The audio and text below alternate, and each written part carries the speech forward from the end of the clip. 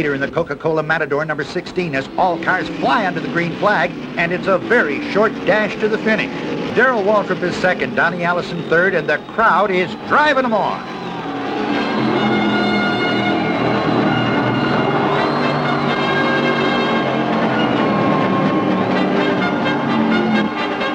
Darrell tries Allison high and low, but with the end in sight, Bobby has the Matador flat out and right in the middle of the groove. 88 is third and working on Waltrip for second.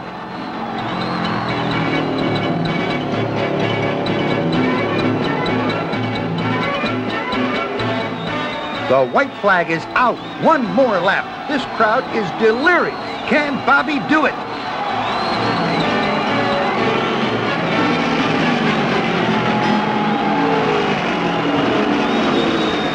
Down the back chute, Waltrip punches the Chevy hard to charge Allison again.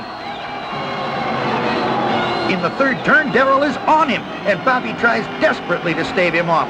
Donnie closes. This threesome is glued together and going for a blanket finish. Here they come. Watch it. Bobby Allison does it. In an absolutely spectacular finish, he fires under the checkered flag, winner of the 19th annual Rebel effort. Darrell Waltrip takes second place with Donnie Allison third. Fourth spot went to Dave Marcus. In Victory Lane, Bobby found out that the win was worth over $15,000. He not only beat one of the greatest fields in stock car racing, but he won out over Darlington. And that alone will be worth many a pleasant memory. Howdy, and welcome back to Celebrating Vintage Model Kits. Today's a sad day for me. Found out today that my favorite NASCAR driver passed away today, Bobby Allison. He died today, November 9th, 2024. He was 86 years old, born in 1937 in Miami, and one of the greatest stock car drivers of all time. He's fourth on the all-time win list, just recently passed up for third.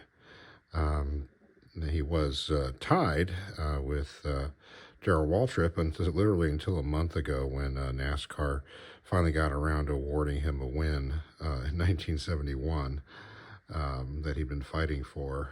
They actually just got around to giving it to him. So hopefully he got the pleasure of knowing that he moved up on the list and moved up one notch past Darrell Waltrip, who was quite a rival for him in the 80s. So prompted me to get out some of my old kits that I built, some when I was young in the 70s and 80s, and some when I started getting back into modeling again in the late 90s, early 2000s, and kind of moved away from cars and started going back into aircraft again. So I thought, in honor of Bobby, we'd take a look at some Bobby Allison kits and kind of review his life and his history. So Bobby is the founder of the Alabama Gang, which included his brother Donnie, Red Farmer, Neil Bonnet, a couple other guys kind of floated in and out, but those were the main core guys from the Alabama Gang. Bobby, even though he was from Florida, found out that there was more money to be had in Alabama and moved his whole operation and took his brother with him and started racing in Alabama. And then they got pretty good and started moving into some of the bigger paying NASCAR races in the other parts of the South. And they'd always travel together, and they got the nickname of the Alabama Gang. So Bobby drove from 61 to 88 and what later became Winston Cup. Initially it was NASCAR Grand National Racing. So his first start was in 1961, but he really didn't start racing seriously until about 65. He was extremely popular of a driver. He won the most popular driver 7 different times. As I mentioned, he's credited with 85 wins. 59 poles, and got 447 top tens. That's not too bad considering he raced in 718 races, so more than half the time he was in the top 10. So pretty impressive. He was the 1983 champion. He came second a few times.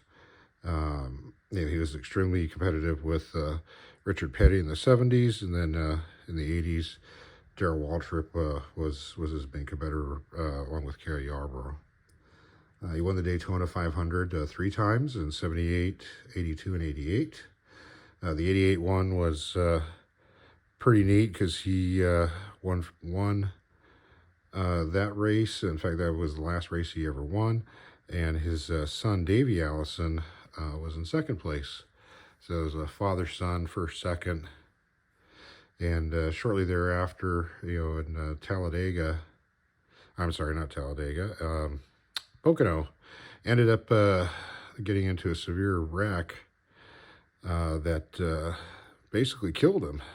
When they got him to the hospital, he was pronounced dead, but they revived him. He lost a lot of his memory. Some of it came back. He had to learn how to walk again. Fortunately, he doesn't have firsthand memory of that final win that he had with his son. And not long after that, Davey was killed in a helicopter crash at Talladega. So he lost Davey early, the year before. He lost his other son, Clifford, in an accident. So the Allisons are a family that seemed to be kind of cursed with a lot of things. But Bobby would persevere. He ended up becoming a car owner after that and raced for a few years as a car owner. He was a car owner, driver intermittently throughout the 60s, 70s, and 80s. He was very opinionated on how things should be run. So he'd run with the team for a little while and get frustrated with them, and then go off on his own, and then get an offer to drive for another team, go back with them, or money ran out, he'd go with another team. So he kicked around a lot of different teams, sprinkled in with him running his own cars. Most of the time when he was running on his own, he'd carry car number 12. So you see him with other car numbers like 16, 28. Those are usually when he was running for another team. So any other things? Those are the main highlights. I really got into Bobby Allison being my favorite driver when I was a kid, maybe 5, 6 years old, watching NASCAR races on tape delay here in California with my dad. He'd be watching it, and so I'd watch it with him, of course. And I really liked seeing the red, white, and blue Matador that he was driving at the time. That really stood out to me. It was around the bicentennial years, and everything was all about America, and the bicentennial. So the red, white, and blue car really stood out to me, and that was Bobby Allison driving it. And it was a Matador, an AMC Matador. He was really the only guy who was driving it. Penske had fielded the Matador with, I think it was Mark Donahue, the first season in 72, 73. Didn't do all that well. He was more of a road course racer. Penske had some success with AMC in some of the Can-Am or Grand Am racing road course stuff. So AMC wanted to get into NASCAR, so it was kind of a natural fit for Penske to be their initial team to go with. And then Bobby joined them shortly afterwards and took over driving the Matador. And so he would drive for Penske on and off a little bit during that period.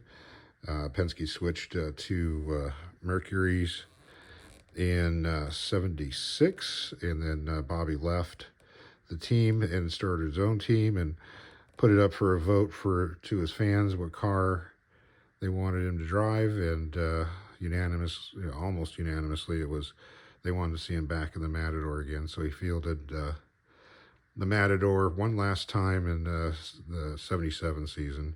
Wasn't successful with it on his own, but he did run it one last time.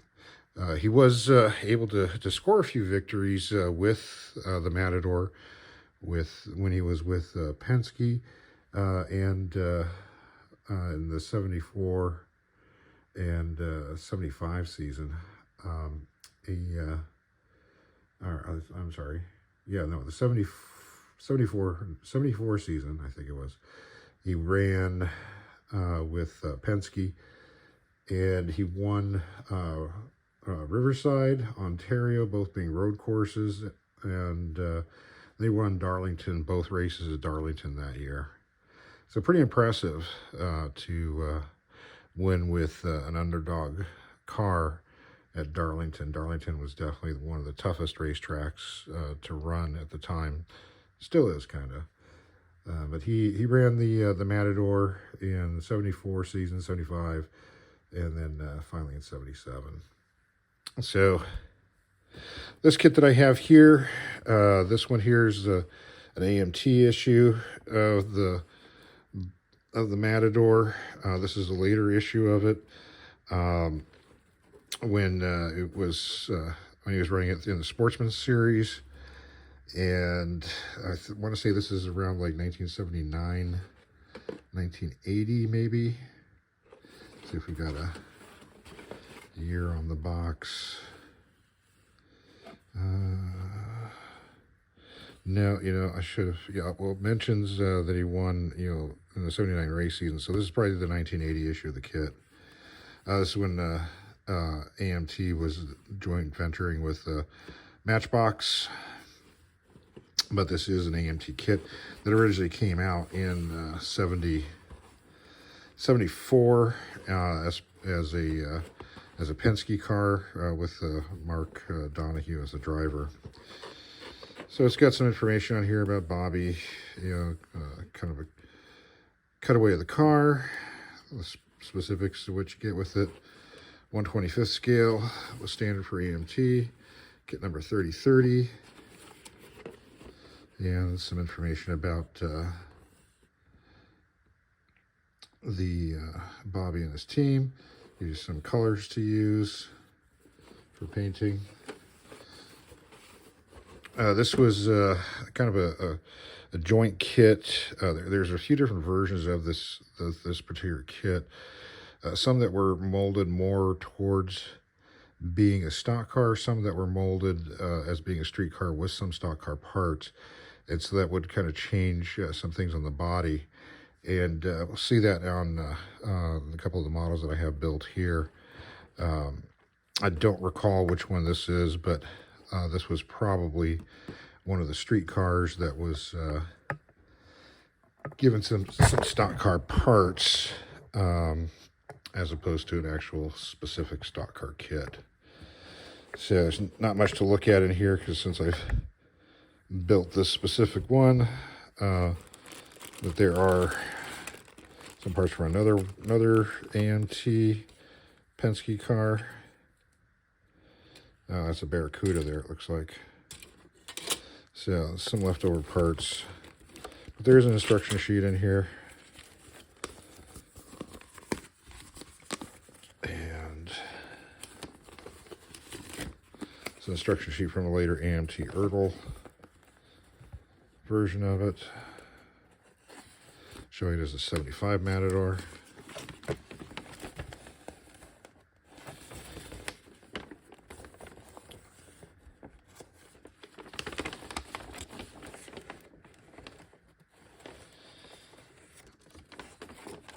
So fairly straightforward. If you've built pretty much any kind of stock car kit, they're all kind of similar. I did show you how to make some netting if you wanted to put a netting in the window.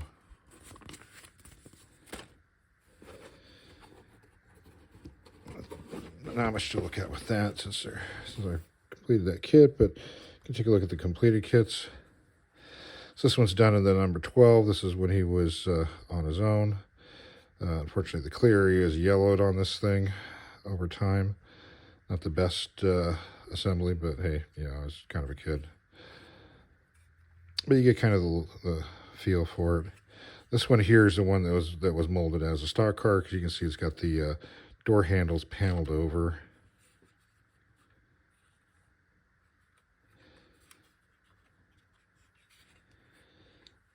And then you have the markings of the Penske team. And this is one that was molded with the door handles in. So this is one that had the parts that were more geared towards a regular car.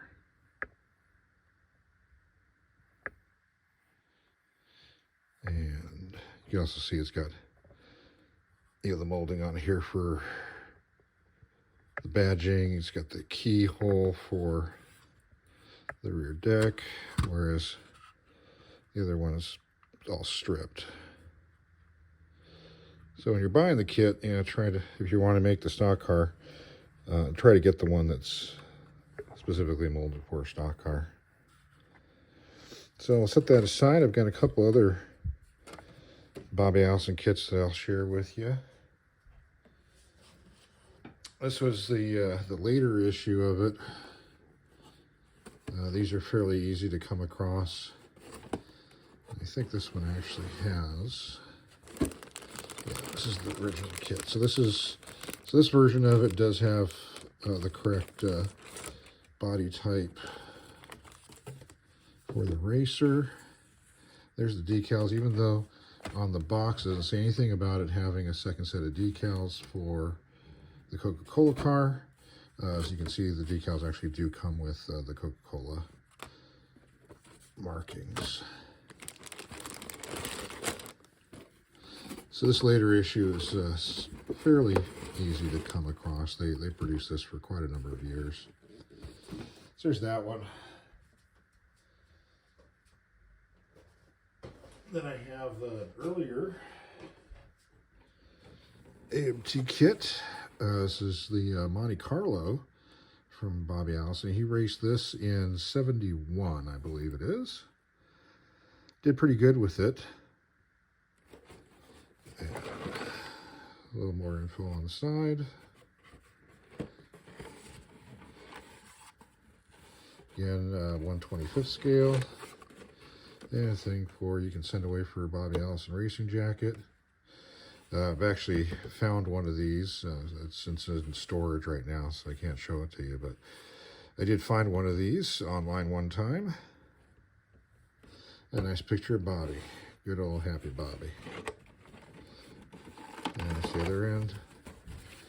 And this kit is almost completed. Got as far as decaling it up. And there's the chassis.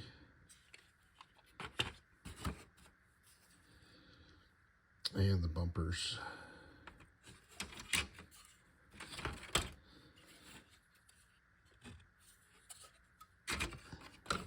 So maybe this kit will get finished pretty soon.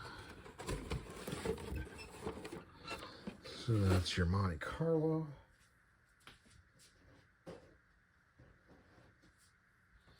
This is the Chevelle that was produced in Allison markings as well.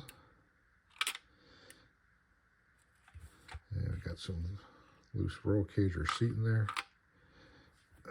Looks like the tires come loose a little bit.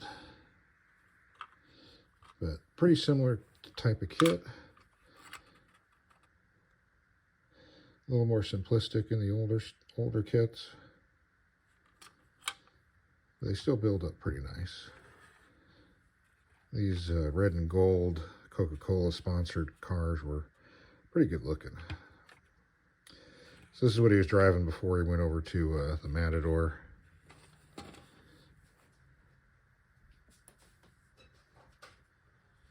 He also drove a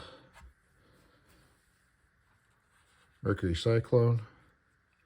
This is a converted kit. It's another AMT kit that was converted more into a stock car kit. And using, again, similar decals.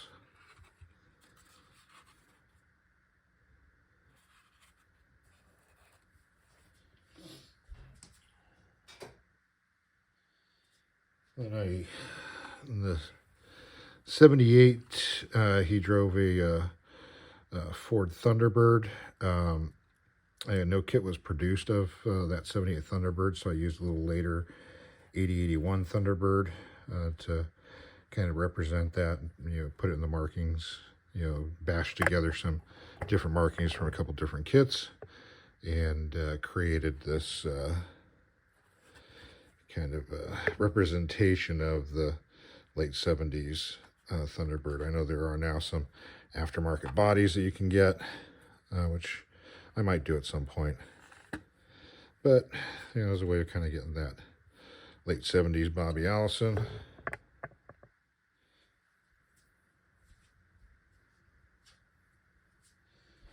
This is a 82 Buick. This is markings when he won the 82 Daytona 500. This is a monogram Buick kit. They issued a lot of different liveries on that. These are some aftermarket decals that I found. I think this kit eventually got released by J&J or one of the other companies that's been repopping some of the old monogram kits with new and different markings. I think they do produce this kit now as a Gatorade. And kind of bashed together a Charger 500, which Bobby drove in the 69-70 year. This was a die-cast kit of some sort. So just kind of repainted it, used some more aftermarket decals from another kit, and made this to kind of get the look of Bobby's car. And then we have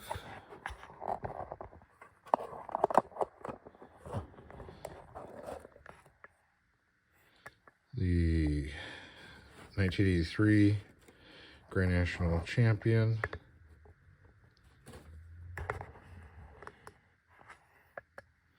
Buick Regal.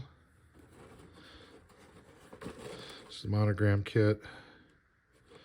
It's gotten pretty fox-eaten now, unfortunately. It's back when the model kits could have beer sponsors on them.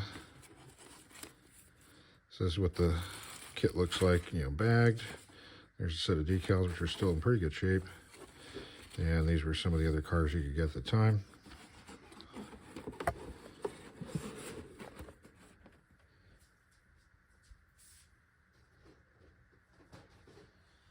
Then we have the 1988 Buick Regal, again by Monogram.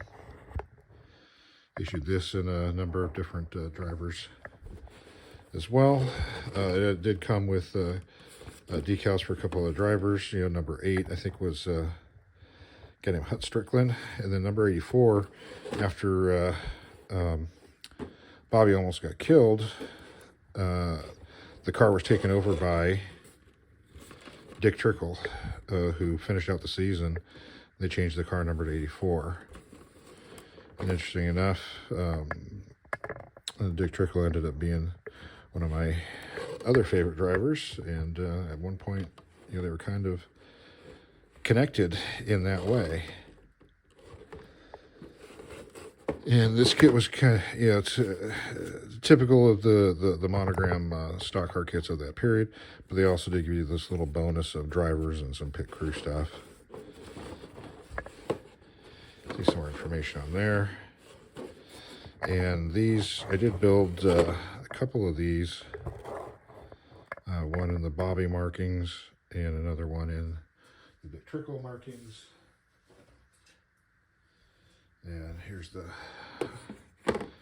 the bodies for them. There's Bobby, and there's the Dick Trickle. So those are that, and then finally,